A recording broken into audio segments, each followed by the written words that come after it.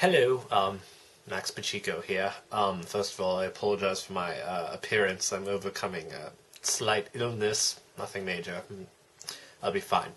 The reason I'm making this video is I planned on making another Christmas video that I planned to have done by now. Unfortunately, there's been a couple of delays for a number of reasons. So that's going to premiere in January, hopefully. It's not strictly Christmas related. Unfortunately, I did plan on having it done by now. So I decided instead to give you this video. I decided in the English Christmas tradition to share with you a traditional British Christmas tale in America, and I believe in Canada as well. It is known as Home Alone, but it's a traditional Christmas tale, and so I thought I'd share a portion of it with you. One of the best portions, although it's a complete body of work. But for what it's worth, here is an excerpt.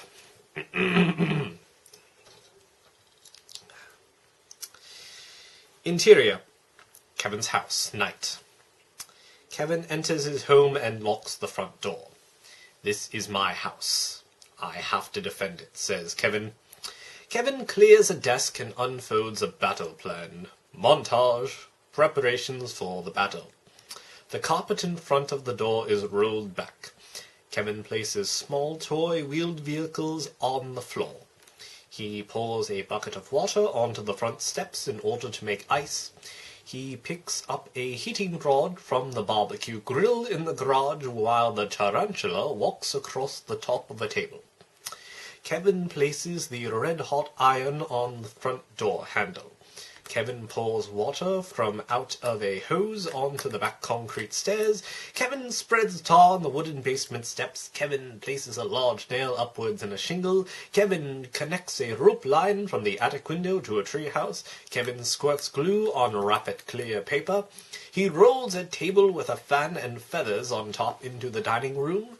Kevin places glass plastic ornaments on the floor under the window by the Christmas tree. Kevin picks up 2 buckets of paint with rope attached to their handles. The tarantula scurries past the string. Christmas tree lights turn on. The microwave bell rings. The digital clock indicates 8:57 as Kevin takes food from the microwave. Exterior, Kevin's house, night. The 2 burglars leave the van. "We'll go to the back door," says Harry. "Maybe he'll let us in. You never know." "Yeah, he's a kid. Kids are stupid," says Marv. Interior, Kevin's house, night. Kevin sits at the dining room table and says grace. "Bless this microwave macaroni and cheese dinner." He opens his napkin and starts to eat when the clock strikes 9.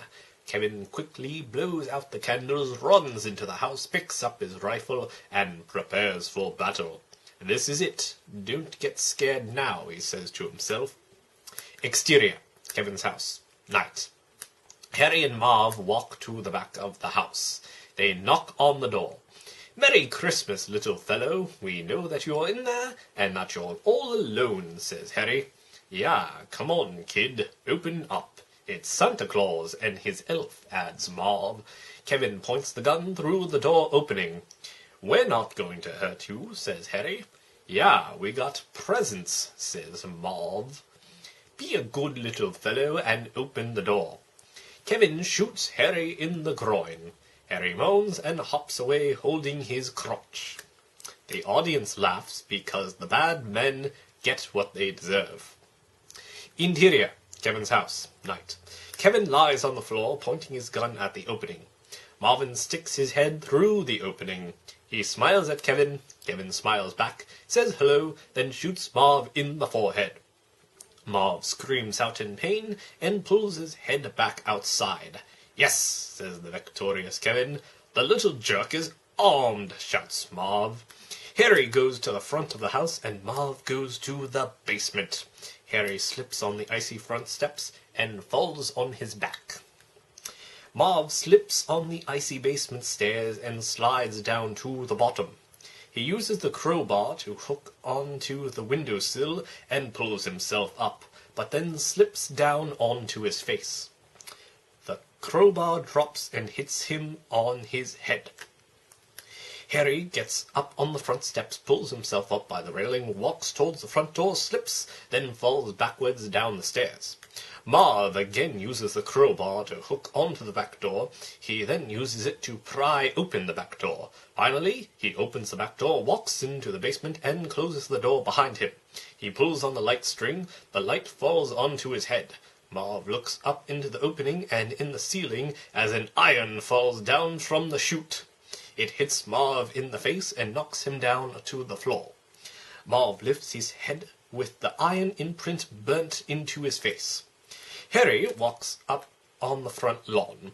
He is angry as he pulls himself up the walkway, reaches the front door, then grabs the red-hot door handle, which burns his hand. It sizzles.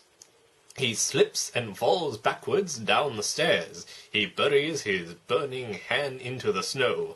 The burnt imprint of the doorknob is on his hand. Interior, Kevin's house. Night. He hears Harry screams and does a victory dance. Yes, yes, yes. Interior, basement, night.